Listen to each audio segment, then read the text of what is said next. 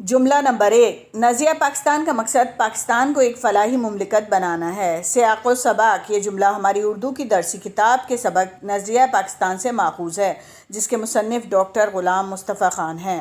حوالہ مصنف: ڈاکٹر غلام مصطفیٰ خان تاریخی اور تحقیقی شعبے سے منسلک تھے۔ ان کی تحریروں میں سادگی، صفائی اور روانی پائی جاتی ہے۔ انہوں نے خشک مضمون کو بھی ایسے تحریر کیا کہ ان کے تحریری حسن کی بدولت تر و تازہ اور شگفتہ ہو گیا۔ زبان کی مٹھاس ان کی تحریر کا خاص حصہ ہے۔ تشریح: ڈاکٹر غلام مصطفیٰ خان اس فقرے میں نظریہ پاکستان کا تذکرہ کرتے ہوئے کہہ رہے ہیں کہ پاکستان کی بنیاد ایک نظریے پر رکھی گئی ہے، لہٰذا پاکستان نظریاتی ملک ہے۔ مگر اس کا مقصد صرف یہ نہیں تھا کہ ہم ایک جغرافیائی ملک بنا لیں، بلکہ اس کا مقصد یہ ہے کہ ایک ایسا ملک تشکیل دیا جا سکے جہاں مسلمانوں کو مکمل آزادی ہو اور مسلمان اس کے مطابق زندگی گزار سکیں اور یہ ملک دنیا کے عام اسلامی ملکوں کے لیے مثالی نمونہ ہو۔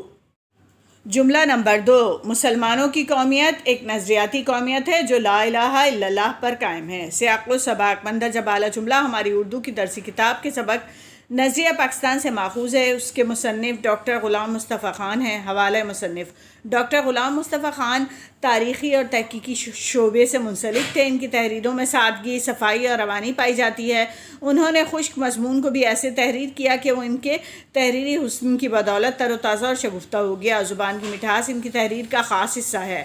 تشریح: اس فقرے میں مصنف مسلمانوں کے نظریاتی قومیت کی وضاحت کرتے ہوئے کہہ رہے ہیں کہ مسلمانوں کی قومیت کا دار و مدار کلی طور پر کلمہ توحید پر ہے۔ ان میں رنگ و نسل کا کوئی فرق نہیں۔ مسلمانوں کا اللہ ایک ہے، قرآن ایک ہے اور قبلہ ایک ہے، اور اس عقیدے کو ماننے والے سب ملت اسلامیہ کا حصہ ہیں۔ اس لیے اسے مسلمانوں کی نظریاتی قومیت کہا جاتا ہے، جس میں کوئی امتیاز نہیں، بلکہ اس کی بنیاد مساوات پر ہے، جہاں ہر انسان کے حقوق و فرائض ہیں، خواہ وہ کمزور ہو یا طاقتور۔ اسی عقیدے کی روشنی میں اسلامی نظام حیات قائم و دائم ہے۔ اس لیے مسلمان نظریاتی قومیت پر یقین رکھتے ہیں، وہ مغربی نظریے کو تسلیم نہیں کرتے۔